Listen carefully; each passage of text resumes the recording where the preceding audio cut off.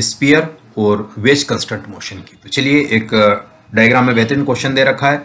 तो sphere is placed between the two smooth wages, दो smooth wages है यानी इनके बीच में कोई फ्रिक्शन नहीं है, सरफेस कैसी है, स्मूथ है, ठीक है।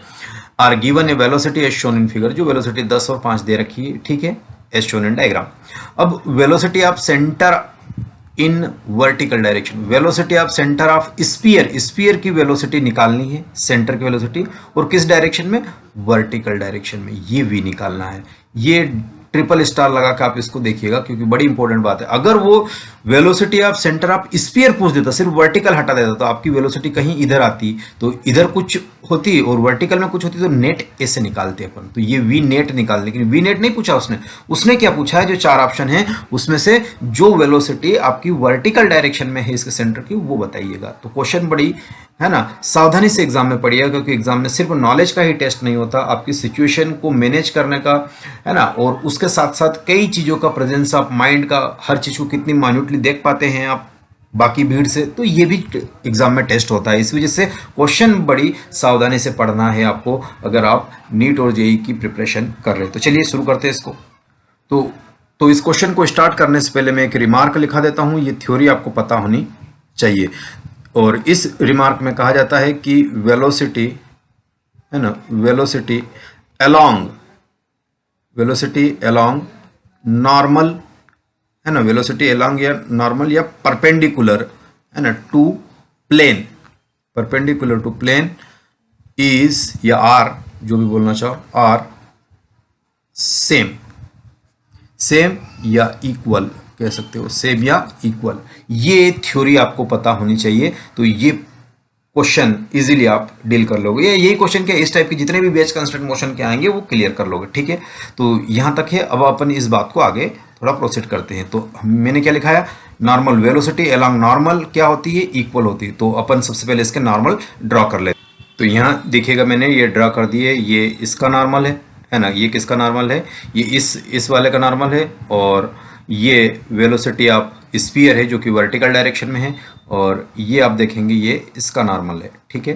तो ये मैंने ऑलरेडी नॉर्मल से ड्रॉ कर दिया ताकि इनके अलोंग वेलोसिटीज लेने में आसानी रहे। तो ठीक है, ये मैंने डाउनवर्ड, तो एंगल को थोड़ी सी बात करते हैं। तो ये मैंने इसको आगे एक्सटेंड किया, तो ये एंगल 53 और ये तो 90 है इसे, तो ये कितना हो जाएगा, ये हो जाएगा 37। ये लाइन और ये लाइन पैरेलल है, तो ये वाला एंगल कितना हो गया, अगेन 37 हो गया। ये 37 तो वर्टिकली अपोजिट, ये कितना हो जाएगा, ये भी 37, और ये 90 है तो इसके वाला एंगल कितना हो जाएगा, अगेन 53 हो जाएगा। तो ये मैंने यहाँ पे इसको ड्रॉ कर दिए। अब इसको थोड़ा सा एफबीडी के फॉर्म में इधर ड्रॉ कर लेते हैं। तो चलिए यहाँ पे अब आपके पास मैंने थोड़ा सा इसको है ना प्रॉपरली ड्रॉ कर दिया। अब यहाँ देखते हैं ये चीज़ें, तो ये डायरेक्शंस मैंने बनाई है, यहाँ डायरेक्शंस आपके पास आ चुकी है। तो ये वाला एंगल कितना निकाला था, 53 निकाला था अपन ने, है ना। तो ये एंगल मैं यहाँ लिख देता हूँ 53, यस और नो, ये 53, तो वर्टिकल अपोजिट एंगल भी 53 हो जाएगा, और ये पूरा एंगल 90 है तो ये कितना हो जाएगा, 37 हो जाएगा, और ये अगेन वर्टिकली तो अपोजिट एंगल हुआ तो ये भी 37 हो गया। अब देखिए ये वाली वेलोसिटी कितनी दी जा रही है, इधर वेलोसिटी दी जा रही है आपको 5 मीटर पर सेकंड दी जा रही है, और ये वाली वेलोसिटी इधर कितनी आ रही है दूसरे वाले वेज की, है ना, 10 मीटर पर सेकंड आ रही है। तो इनका ये वेलोसिटी का कंपोनेंट हमें ब्रेक करना है। तो अगर ये इस डायरेक्शन तो पैरेलल शिफ्ट कर दूं, तो यहाँ पे मुझे ये जो वेलोसिटी आ रही है ये मैंने 10 रखी, तो 10 का कौन सा कंपोनेंट इधर आएगा, यहाँ लिख देता हूँ मैं 10 ऑफ कॉस 37 आ जाएगा, यस सर। और इसको पैरेलल यहाँ मैंने शिफ्ट कर दिया, है ना। तो ये कितने से जा रही है, 5 मीटर पर सेकंड से जा रही है, तो इसका ये वाला कंपोनेंट कौन सा हो जाएगा बताइए, 5 cos 37 हो जाएगा।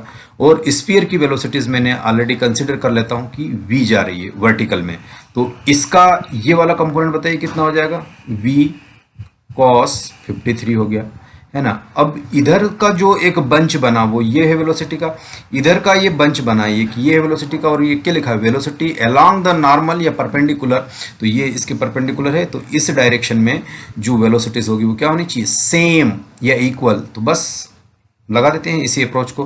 तो देखिएगा ये अप्रोच क्या लिखने हैं हमको, 10 cos 37 इक्वल टू ये वाला आ जाएगा आपके पास, ये v रिजल्टेंट लिखूंगा तो देखो ये भी इधर ही है और ये भी इधर ही है। तो अगर आप देखते हैं कि ये वेलोसिटी दोनों सेम है, v1 है और ये v2 है, तो अपन काइनेमेटिक्स में क्या पढ़े हैं कि v रिजल्टेंट कैसे लिखा जाता है, दोनों एक है तो v1 माइनस v2 कर देते थे, सिंपल है ना, क्योंकि सेम डायरेक्शन में तो घटाते हैं ना वेलोसिटी को, उनका सब्ट्रैक्शन लेते हैं। तो v1 कौन सा हो गया, ये कि v cos 53 है ना, और माइनस 5 cos 37। अरे ये तो रिलेटिव वेलोसिटी का अप्रोच है ना सीधा सा। तो अब ये इधर है तो इधर लाओ इसको, तो ये 10 cos 37 और 5 cos 37 तो कितना हो जाएगा 15 cos 37 इक्वल टू v कितना आ गया cos 53, ये आ जाएगा। अब यहाँ से मैं इसको लिख सकता हूँ कि 15 आया, यस, और cos 37 की वैल्यू आ जाती है 4/5 इक्वल टू v, और ये कितना आ जाएगा 3/5। तो 5 से 5 कैंसिल, 3 1 जा 3 और 3 5 जा 15 और 5 चौक 20। तो यहाँ पे v निकल के आ रहा कितना 20 मीटर पर सेकेंड आ रहा है। किधर आ रहा है ये, वर्टिकल डायरेक्शन में, यानी जे कैप की तरफ।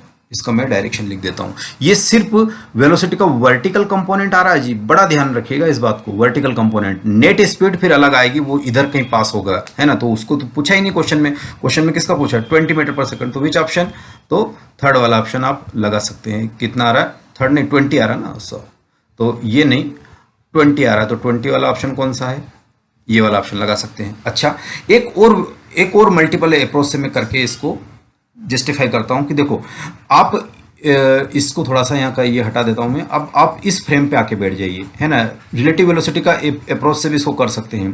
तो आप क्या करने वाले हैं कि रिलेटिव वेलोसिटी के टर्म्स में अगर इसको निकालना है तो आप यहाँ ये वाली वेलोसिटी आप यहाँ आके बैठ जाइए, इस पे आके बैठ गए तो आपके लिए ये रेस्ट पे आ गया, तो आपकी वेलोसिटी कहाँ गई, ये इसी में जोड़ दीजिए, है ना, इसी में आपने जोड़ दी तो ये 10 हो गई। तो 10 + 5 कितनी हो गई 15 मीटर पर सेकंड हो गई।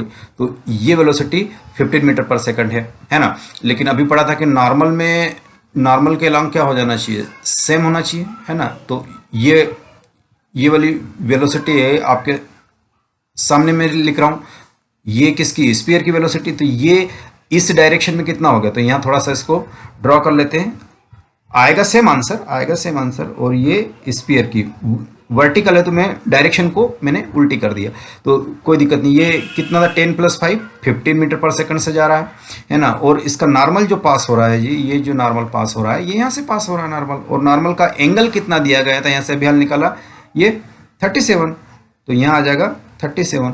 और ये मान लो कि v है, ये यहाँ पर भी प्लॉट कर सकते हो आप, ऐसा कुछ नहीं इसका रिजल्टेंट, लेकिन मैंने उल्टा करके यहाँ पे लगाया इसको। तो देखिए बड़ी अचंभित करने वाली बात है कि ये 15 cos 37 कितना आ जाएगा 15